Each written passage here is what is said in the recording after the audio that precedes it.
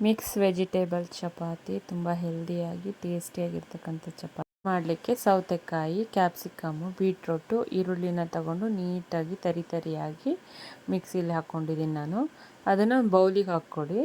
ಅದಕ್ಕೆ ನಾನು ಕೊತ್ತಂಬರಿ ಸೊಪ್ಪು, ಸ್ವಲ್ಪ ಪೀನಟ್ಸು, ಸ್ವಲ್ಪ ಪೊಟ್ಯಾಟೊನ ಹಾಕ್ಬಿಟ್ಟು ಅದಕ್ಕೆ ಸ್ವಲ್ಪ ಅಜ್ವೈನು, ಜೀರಿಗೆ ಎಲ್ಲ ಹಾಕ್ಕೊಂಡಿದ್ದೀನಿ. ಹಾಕಿ ನೀಟಾಗಿ ಮಿಕ್ಸ್ ಮಾಡಿ ಅದಕ್ಕೆ ನಾನು ಫ್ಲಾಕ್ಸಿಡ್ ಪೌಡ್ರ್ ಕೂಡ ಹಾಕ್ಕೊತಿದ್ದೀನಿ. ಹಾಕ್ಕೊಂಡು ನೀಟಾಗಿ ಗ್ರೈಂಡ್ ಮಾಡ್ಕೊಬೇಕು. ಗ್ರೈಂಡ್ ಮಾಡಿದ್ದಕ್ಕೆ ನಾನು ಗೋಧಿ ಹಿಟ್ಟನ್ನ ಹಾಕ್ಕೊತಾ ಇದ್ದೀನಿ. ನಿಮಗೆ ಎಷ್ಟು ನೆಸೆಸಿಟಿ ಇದೆಯೋ ಅಷ್ಟು ಗೋಧಿ ಹಿಟ್ಟು ಹಾಕ್ಕೊಳ್ಳಿ. ಆ ಮಿಕ್ಸ್ಚರಿಗೆ ನೀಟಾಗಿ ಕಲಿಸ್ಕೊಂಡಿದ್ದೀನಿ. ಕಲಿಸ್ಕೊಂಡಿದ್ದ ನಂತರ ಚಪಾತಿ ರೀತಿಯ ಉಂಡೆ ಮಾಡಿಬಿಟ್ಟು ತಟ್ಕೊಂಡ್ರೆ ಆಯಿತು. ಮತ್ತು ಒಂದು ಹಂಚಿನ ಬಿಸಿ ಮಾಡಿಬಿಟ್ಟು ನೀಟಾಗಿ ಚಪಾತಿನ ಬೇಯಿಸ್ತೀವೋ ಆ ರೀತಿ ಬೇಯಿಸ್ಕೊಂಡ್ರೆ ಹೆಲ್ತಿಯಾದ ಚಪಾತಿ ರೆಡಿ ಆಗುತ್ತೆ. ತುಂಬ ಟೇಸ್ಟಿಯಾಗಿರುತ್ತೆ. ಮಕ್ಕಳಿಗೂ ಡಿಫ್ರೆಂಟಾಗಿ ಈ ರೀತಿ ಮಾಡಿಕೊಡ್ಬೋದು.